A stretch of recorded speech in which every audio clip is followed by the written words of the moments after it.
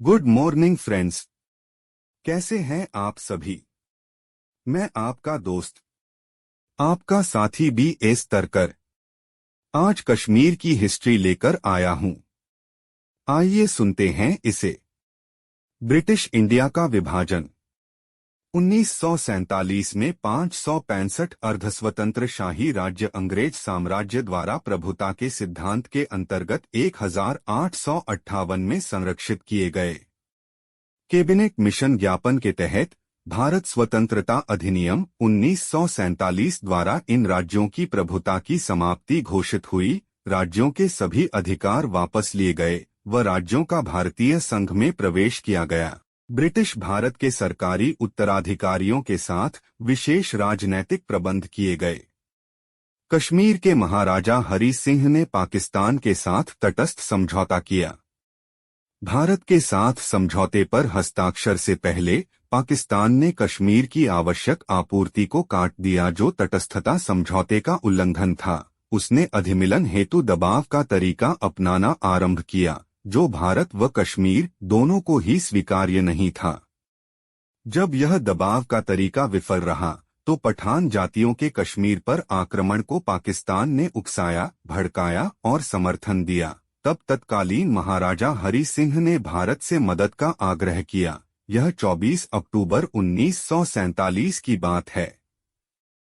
National conference, जो कश्मीर सबसे बड़ा लोकप्रिय संगठन था व अध्यक्ष शेख अब्दुल्ला थे, ने भी भारत से रक्षा की अपील की। हरि सिंह ने गवर्नर जनरल लॉर्ड माउंटबेटन को कश्मीर में संकट के बारे में लिखा व साथ ही भारत से अधिमिलन की इच्छा प्रकट की। इस इच्छा को माउंटबेटन द्वारा 27 अक्टूबर 1947 को स्वीकार किया गया। भारत सरकार अधिनियम 1935 और भारत स्वतंत्रता अधिनियम 1947 के तहत यदि एक भारतीय राज्य प्रभुत्व को स्वीकारने के लिए तैयार है व यदि भारत का गवर्नर जनरल इसके शासक द्वारा विलयन के कार्य के निष्पादन की सार्थकता को स्वीकार करे, तो उसका भारतीय संघ में अधिमिलन संभव था। पाकिस्तान द्वारा हरि सिंह के विलयन समझौते में प्रवेश की अधिकारिता पर कोई प्रश्न नहीं किया गया। कश्मीर का भारत में विलयन विधि सम्मत माना गया व इसके बाद पठान हमलावरों को खदेड़ने के लिए 27 अक्टूबर 1947 को भारत ने सेना भेजी व कश्मीर को भारत में अधिमिलन कर यहाँ का अभिन्न अंग बनाया। अब संयुक्त राष्ट्र में भारत कश्मीर का मुद्दा सुनते आइए। भारत कश्मीर मुद्दे को 1 जनवरी 1948 को संयुक्त राष्ट्र सुरक्षा परिषद में ले गया। परिषद ने भारत और पाकिस्तान को बुलाया व स्थिति में सुधार के लिए उपाय खोजने की सलाह दी। तब तक किसी भी वस्तु परिवर्तन के बारे में सूचित करने को कहा। यह 17 जनवरी 1948 की बात है। भारत और पाकिस्तान के लिए एक 3 सदस्यीय संयुक्त राष्ट्र आयोग UNCIP 20 जनवरी 1948 को गठित किया गया, जो कि विवादों को देखे। 21 अप्रैल 1948 को इसकी सदस्यता का प्रश्न उठाया गया। तब तक कश्मीर में आपातकालीन प्रशासन बैठाया गया, जिसमें 5 मार्च 1948 को शेख अब्दुल्ला के नेतृत्व में अंतरिम सरकार द्वारा स्थान लिया गया।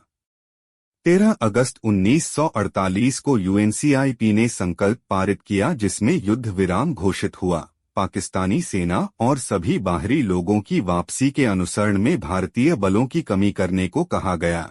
जम्मू और कश्मीर की भावी स्थिति का फैसला लोगों की इच्छा के अनुसार करना तय हुआ। संपूर्ण जम्मू और कश्मीर से पाकिस्तान सेना की वापसी व जनमत की शर्त के प्रस्ताव को माना गया, जो कभी नहीं हुआ। संयुक्त राष्ट्र के तत्वावधान के अंतर्गत युद्ध विराम की घोषणा की गई। UNCIP संकल्प 5 जनवरी 1949, फिर 13 अगस्त 1948 को संकल्प की पुनरावृत्ति की गई। महासचिव द्वारा जनमत प्रशासक की नियुक्ति की जानी तय हुई। निर्माणात्मक वर्ष संपादित करें। ऑल जम्मू और कश्मीर नेशनल कॉन्फ्रेंस ने अक्टूबर 1950 को एक संकल्प किया, एक संविधान सभा बुलाकर वयस्क मताधिकार किया जाए, अपने भावी आकार और संबद्धता जिसमें इसका भारत से अधिमिलन सम्मिलित है का निर्णय लिया जाए व एक संविधान तैयार किया जाए।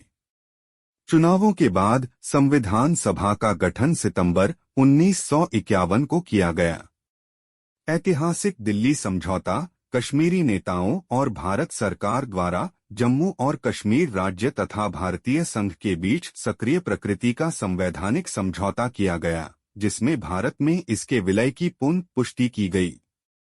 जम्मू और कश्मीर का संविधान संविधान सभा द्वारा नवंबर 1956 को अंगीकृत किया गया। यह 26 जनवरी 1957 से प्रभाव में आया।